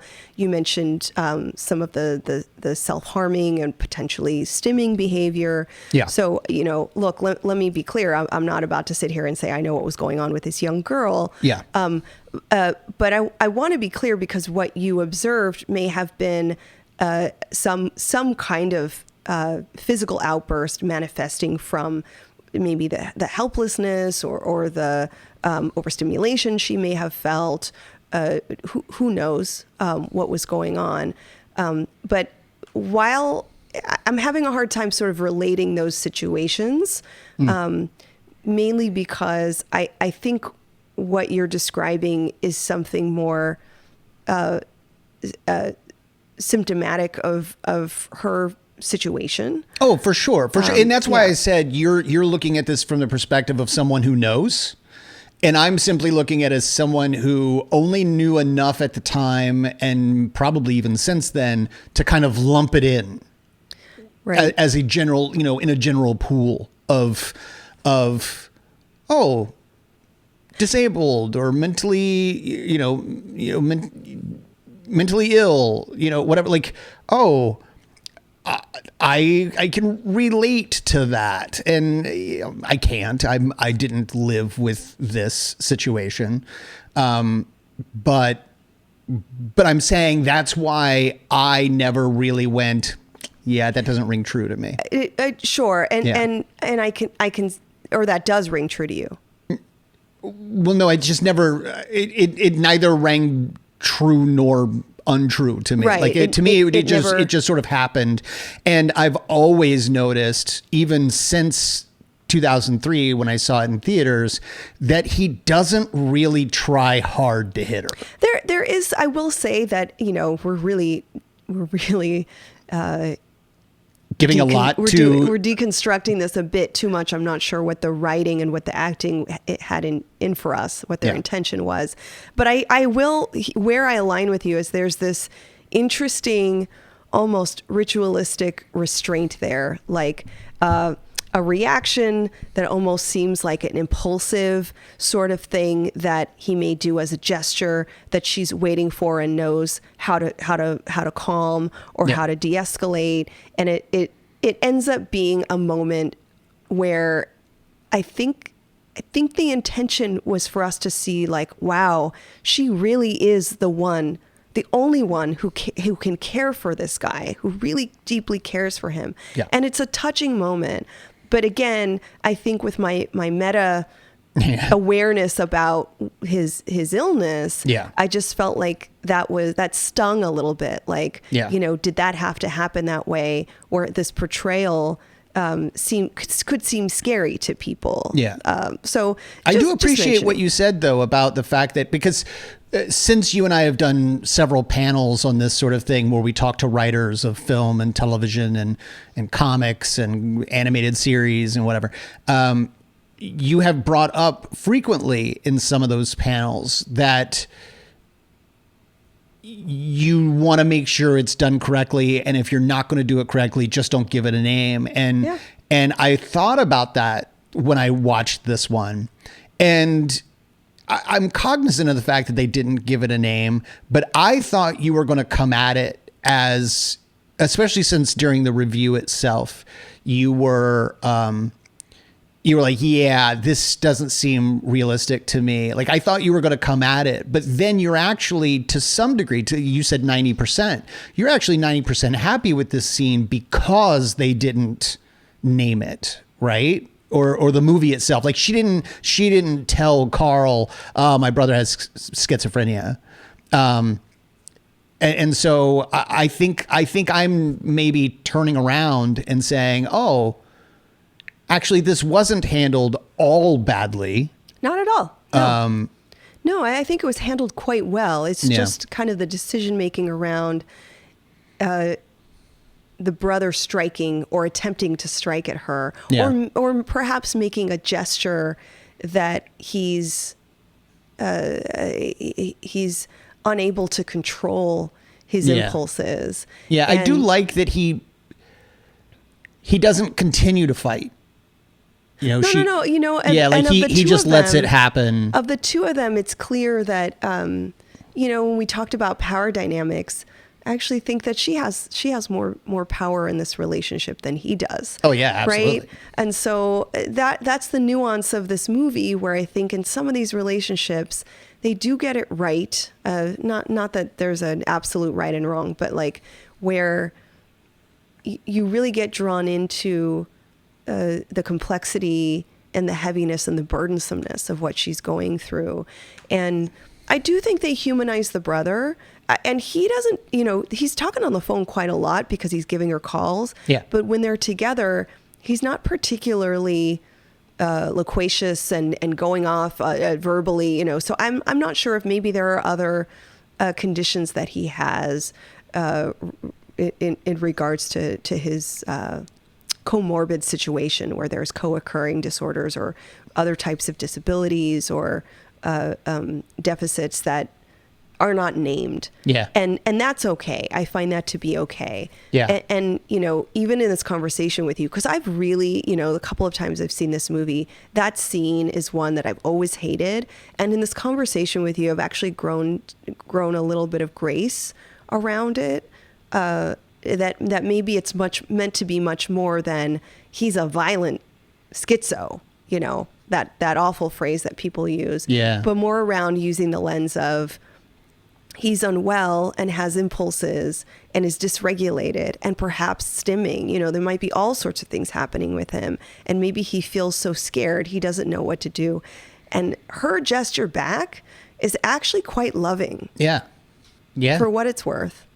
And lastly, is speaking of loving, what I have to give flowers to Emma Thompson, who is a standout actor. Like her portrayal of this woman who's given herself all of 10 seconds to cry and grieve over her husband distancing himself and buying gifts for somebody else. That scene, that Joni Mitchell scene, is such a capturing of a lot of experiences for women where, like, we have to keep it all together and we have to be absolutely, in many cases, controlling our emotions and coming across as in control of emotions and not bothered by things and going with the flow, and also in service to all this mom, you know, taking care of the kids and making sure everyone's right and has everything they need, steps away for a moment to cry. And it's and even the inability to cry by herself, the inability to give herself all of that self-compassion, to be in that emotion, just really hits hard. And I want to make sure that I don't mean it in an insulting way. I'm simply using a term that people use. It was a scene too where there is a little bit of that ugly cry, and yet the way that she had to then turn it off, right, and recompose herself. It's one of the strongest scenes in the movie to me, because it shows exactly what women have to do in, you know, or you know, are being asked to do to some degree by society. She goes into another room, releases that emotion for as long as she can without it being suspicious, brings it back to center, comes out, and then how can I take care of everybody else? And corrals everyone else. Right. I cannot tend to my wounds. I have to make sure I have the capacity and the resilience to take care of everybody else. Yeah. So there are moments like this in this movie where I'm like, this hits hard. Like, this is not, again, flawed, imperfect. This particular relationship is, doesn't have a happy ending, isn't the outcome that matches all these different successful outcomes. And so there are parts of this movie where I feel like what I like about it does outweigh the handful of things that, bother me a little bit. Right. That's Love Actually, everybody. I feel like there's so many other things we could talk about in the movie, but it's all superficial to some degree. It's easy to be like, well, Andrew Lincoln's character didn't really know her, he was just simply attracted to her or whatever. And I think what I do like about what Richard Curtis did is he didn't give us big, in-depth backstories to everybody. We don't know how long Andrew Lincoln's character has ignored her. It for all we know, it could have been since college. Like he never really showed any interest or didn't like her because he was, whatever. It's all left up to the viewer's imagination about just how much do you think you know about any of these people. And I think that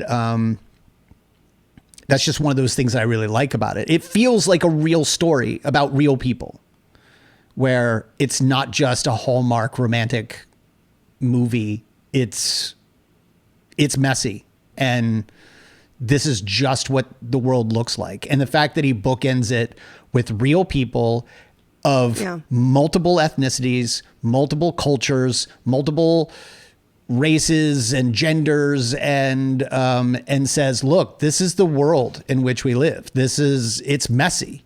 And yet, if you look, you'll actually be able to find love. And so I think that's why I like the movie so much.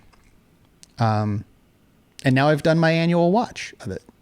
So thanks for joining me, Drea, and thanks for joining us, all of you who are watching or listening to the podcast, including, I want to give a shout out to our patrons.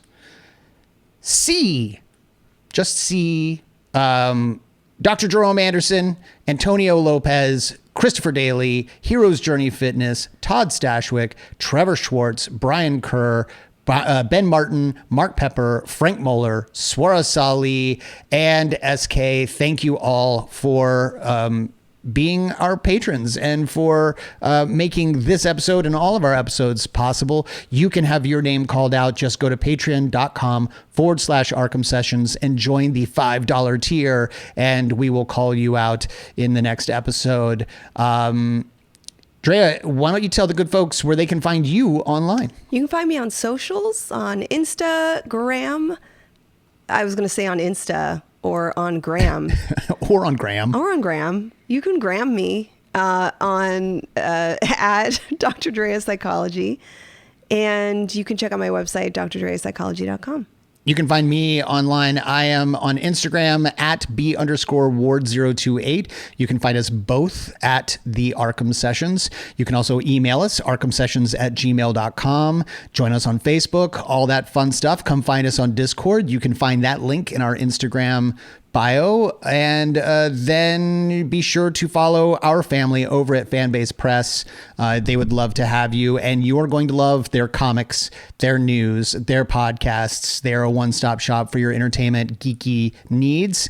And I hope everyone has a fantastic remainder of their holiday season. No matter where you are in the world, no matter what you celebrate, just know that we love you and that this is a safe space for you, and we welcome you. Please listen, review, like, subscribe, share if you think any of what we're saying is important. Thank you for everything. We'll see you in 2026. That's right. Drea, 2025 has been a weird one, but I'm so happy to be here with you. I'm so grateful for you. And I am looking forward to what we have coming up in the new year. Till then, I am Brian Ward. I'm Dr. Drea Letamendi. And together we are the Arkham Sessions.